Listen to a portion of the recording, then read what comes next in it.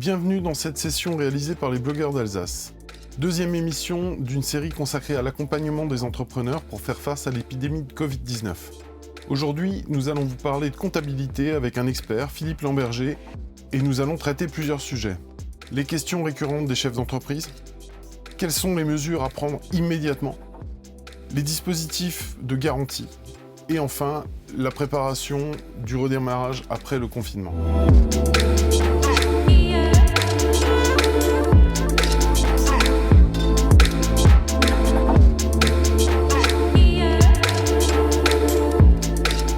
Bonjour Philippe, merci d'avoir répondu à notre invitation. Est-ce que tu peux te présenter en quelques mots, s'il te plaît ? Philippe Lamberger, je suis expert comptable, commissaire aux comptes, associé dirigeant de Groupe Cofimé, qui est un cabinet d'expertise comptable et de commissariat aux comptes principalement implanté en Alsace, où nous sommes présents au travers de 8 agences. Et à ce jour, nous comptons un effectif de 220 personnes. Alors, est-ce que tu peux nous faire une remontée d'infos des questions que tu reçois des entreprises, de tes clients notamment ? Il y a des questions, j'imagine, qui sont récurrentes. Est-ce que tu peux nous en parler ? Oui, absolument. Donc, dans l'immédiat, les retours qu'on apporte principalement sur les aspects d'accompagnement au niveau des aides et des différents dispositifs. Donc, principalement le fonds de solidarité, l'activité partielle ou l'arrêt maintien à domicile. Et depuis quelques jours maintenant, des questions plus précises également sur tout ce qui concerne les mesures d'accompagnement financières, donc notamment les PGE, les prêts garantis par l'État. Ce sont les 3 questions qui reviennent le plus souvent. Et qu'est-ce que tu leur réponds ? Ce qu'on leur répond, évidemment, c'est de prendre bien la mesure de cette crise, qui est un choc quand même inédit et relativement important, et donc de mobiliser l'ensemble de ce qui peut être mobilisé. C'est le conseil qu'on leur donne. Il s'agira sûrement de faire le gros dos et de passer un moment difficile. Donc, même si aujourd'hui, elles n'ont pas forcément la nécessité de mobiliser tel ou tel dispositif, par mesure de prudence, je pense qu'il est quand même de bons conseils de leur demander d'envisager ces dispositifs-là comme ils existent. Ça, c'est les conseils que tu leur demandes, enfin que tu leur donnes, et que tu leur dis qu'il faut faire vraiment immédiatement, quoi. Absolument. Donc, il faut le faire. C'est vrai que toutes ne l'ont encore pas fait. On a encore des demandes maintenant qui arrivent ou des entreprises vers lesquelles on va qui n'ont encore pas sollicité les différents dispositifs parce qu'elles s'imaginent que ça va reprendre assez rapidement. Mais lorsqu'on entrevoit avec elles la perspective d'un arrêt plus prolongé, là, évidemment, elles prennent conscience de la nécessité quand même de mobiliser ces dispositifs. Et c'est clairement notre conseil. Alors, bon, on entend beaucoup de choses sur les médias, etc. Selon toi, quelles sont les meilleures sources d'infos pour vraiment connaître l'étendue des dispositifs et savoir qu'est-ce qui a changé ces derniers jours, les ordonnances, etc. Alors effectivement, on entend beaucoup de choses et en même temps, c'est très évolutif parce que les ordonnances arrivent au fur et à mesure et il y en a eu pas mal qui sont tombées cette semaine. Alors les sources d'information sont nombreuses, elles sont de qualité. Évidemment, en premier, je pense, pour les chefs d'entreprise, ce sont les experts comptables, leur expert comptable, qui connaît quand même bien l'entreprise et qui est en mesure d'apprécier ce qu'il y a lieu de mettre en place. Mais on a également de très bonnes informations qui nous viennent des syndicats professionnels, des syndicats patronaux, des organismes consulaires et des banques qui sont relativement réactives et présentes sur le sujet. Alors, on parle également des échéances pour le paiement de la TVA. Est-ce que selon toi, il est judicieux pour les entreprises de reporter ça ? Je redis ce que j'ai dit tout à l'heure, à savoir que je pense qu'il est primordial pour les entreprises de reporter tout ce qui peut être reporté. Alors, s'agissant de la TVA, c'est une particularité, on en parle beaucoup, mais comme tu le sais, les entreprises ne sont que le collecteur de la TVA. Par conséquent, la TVA ne fait pas partie des échéances qui peuvent être reportées. Celle-là, elle est due. D'accord. Par contre, les autres échéances fiscales, que ce soit la CFE, la CVAE ou évidemment les cotisations sociales, salariales et patronales notamment, peuvent évidemment bénéficier d'un report. Et là, on encourage vivement nos clients à utiliser ces dispositifs. Alors, on parlait également des loyers. de l'électricité, du gaz, des factures d'énergie qui peuvent être repoussées. Qu'est-ce que tu en penses? Là aussi, je pense qu'il faut repousser le maximum de ce qui peut l'être. Alors, il faut quand même distinguer selon qu'on parle des loyers ou des factures d'énergie. Euh, S'agissant des loyers commerciaux, évidemment, la disposition existe, cependant, elle n'est pas de plein droit. C'est-à-dire que D'accord. reporter son loyer, ça va toujours relever de la négociation entre le locataire et le propriétaire bailleur. S'agissant des factures, notamment d'énergie, donc là, le report est de plein droit, sous réserve évidemment de le demander. Alors, même s'il y a négociation au niveau des loyers, si on n'a pas au niveau des factures d'énergie, comment ça va se passer? Combien de temps exactement tout ça va être suspendu ou pourra être suspendu? Est-ce que tu as des éléments de réponse par rapport à ça? Effectivement, les éléments de réponse existent, alors il faut à nouveau distinguer les deux situations. S'agissant des loyers, donc les loyers qui peuvent bénéficier de cette négociation sont ceux qui courent entre le 12 mars 2020 et ceux qui sont dus jusqu'à 2 mois après la fin de cette période de crise sanitaire. Donc ces loyers, effectivement, peuvent être reportés.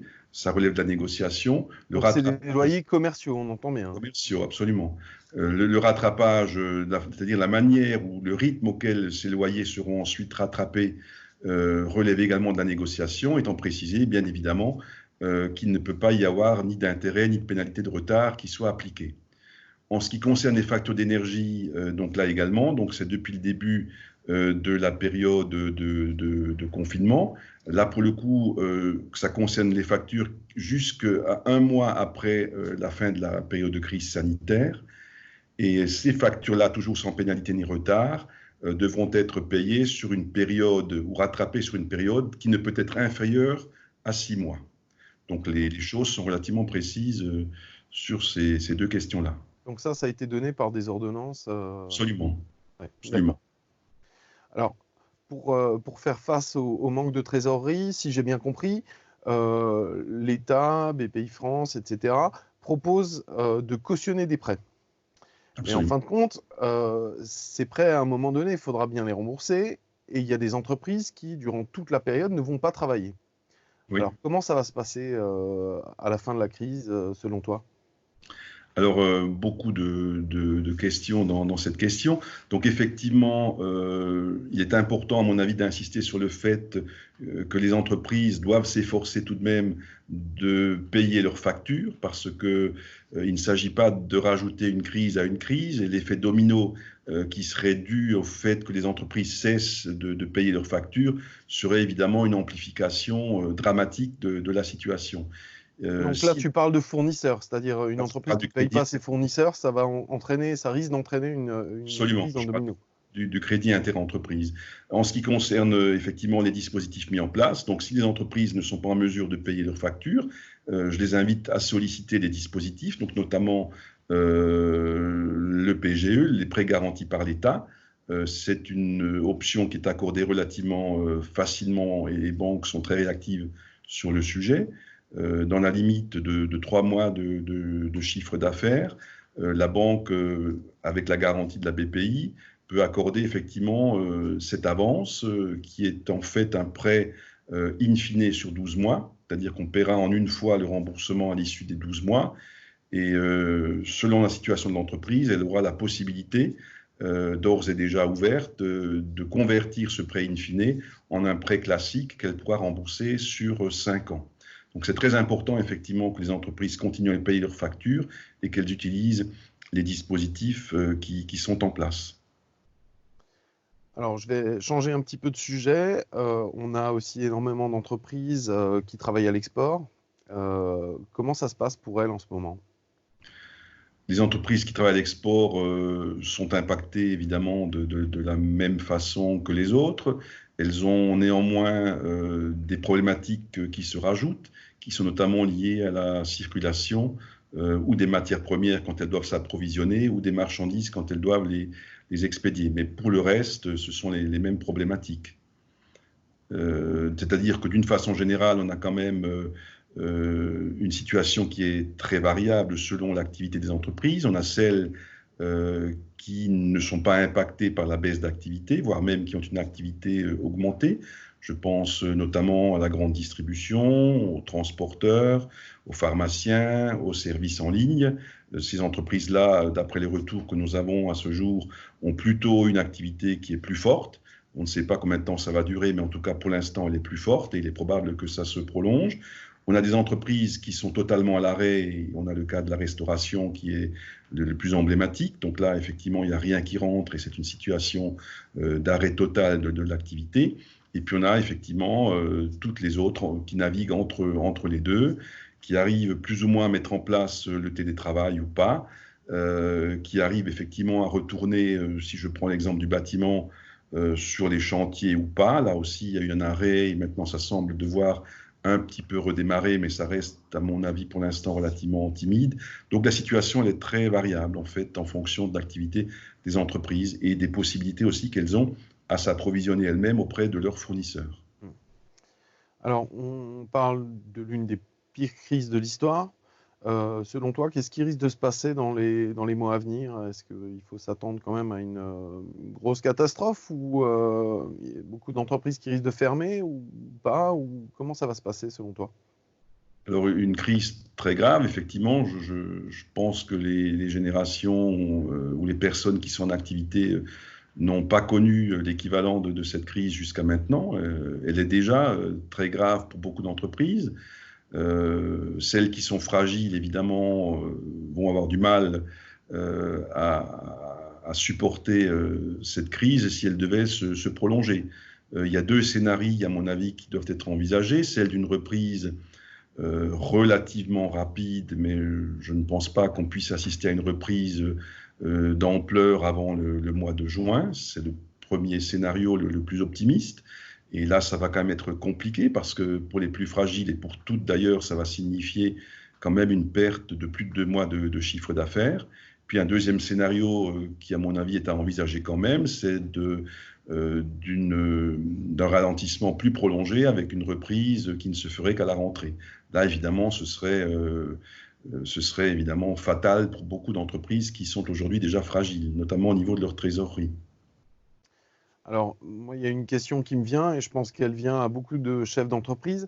Qu'est-ce qu'il en est des assurances? Est-ce que les entreprises peuvent se retourner vers les assurances? Est-ce qu'elles couvrent quelque chose dans ce genre de cas? Alors, cette question-là, elle est relativement claire, hein, c'est-à-dire que le risque de cette crise sanitaire ne faisait pas partie des risques couverts. Donc là, très clairement, les assurances ne prendront pas en charge un risque qu'elles n'ont pas assuré. Je crois qu'au niveau national, les assureurs ont été invités par, évidemment, le gouvernement à abonder un fonds de solidarité et elles interviennent par ce biais-là. Mais il n'y a pas grand-chose à espérer de son assureur par rapport à un risque qui n'est pas assuré, bien évidemment. Alors, quels seraient les conseils que toi, tu donnerais en tant qu'expert comptable aux entreprises immédiatement? Le conseil que je donne et que j'ai déjà indiqué tout à l'heure, c'est de mobiliser tous les dispositifs qui sont en place, que ce soit des dispositifs de report, que ce soit des dispositifs d'aide, notamment dans le cadre de l'activité partielle, ou que ce soit des dispositifs d'ordre financier au travers notamment des PGE. Je les invite également à réfléchir quand même fortement à un plan de reprise d'activité parce qu'il ne suffira pas de claquer des doigts pour que ça reprenne. Il y a un ensemble de choses à mettre en place et j'invite toutes celles qui le peuvent à reprendre l'activité. J'étais encore tout à l'heure en contact avec une entreprise industrielle qui me disait que les commandes étaient là, qu'elle ne savait pas s'il fallait reprendre ou pas. Je pense quand même qu'il faut reprendre l'activité dans la mesure du possible. Ça va nous aider forcément et ça va aider celles qui sont dans la situation de pouvoir reprendre à traverser cette période extrêmement difficile. Alors, est-ce que tu aurais encore quelques conseils pour la reprise, justement, pour bien préparer la reprise? Alors, les conseils qu'on peut donner, c'est que cette période qui était totalement imprévisible, inattendue, nous amène quand même fortement à réfléchir sur la manière dont nos entreprises fonctionnent. Je crois qu'il y a une réflexion à mener au niveau de toutes les directions pour savoir effectivement quels sont les objectifs prioritaires qu'il faut redéfinir, se détacher de l'accessoire et de tout ce qui n'est pas prioritaire, se focaliser sur l'essentiel et évidemment mettre en place des stratégies qui permettent ensuite d'atteindre ces objectifs. Voir aussi quand même d'une façon générale une implication très forte de l'ensemble des collaborateurs. Ça, c'est un événement très positif qu'il va aussi falloir prendre en compte et réussir à transformer dans la durée. Je crois que ça reste des aspects positifs dans cette situation extrêmement difficile. J'imagine que ça va changer un petit peu le mode de fonctionnement de certaines entreprises. Ça va forcément impacter beaucoup de choses parce qu'on est obligé là de s'adapter, de trouver des modes de fonctionnement alternatifs. On est obligé effectivement de trouver des solutions au cas par cas et ça va forcément amener les entreprises à évoluer dans leurs pratiques. Un grand merci à toi d'avoir répondu à nos questions. Je mettrai tous les liens pour pouvoir te contacter, éventuellement te poser des questions complémentaires en description de cette vidéo. Merci beaucoup encore et à très bientôt pour la prochaine session qui concerne la gestion du personnel. Merci Mathieu et à disposition évidemment pour toute question complémentaire. Au revoir. Au revoir. Voilà, nous espérons que cette session aura répondu à l'essentiel de vos questions. Si vous en avez d'autres, n'hésitez pas à nous les poser par mail, alsaceblogger@gmail.com. N'hésitez pas non plus à nous suivre sur les médias sociaux pour ne pas manquer les prochaines sessions. Et vous pourrez bien entendu les retrouver sur notre site web www.blogger-alsace.com.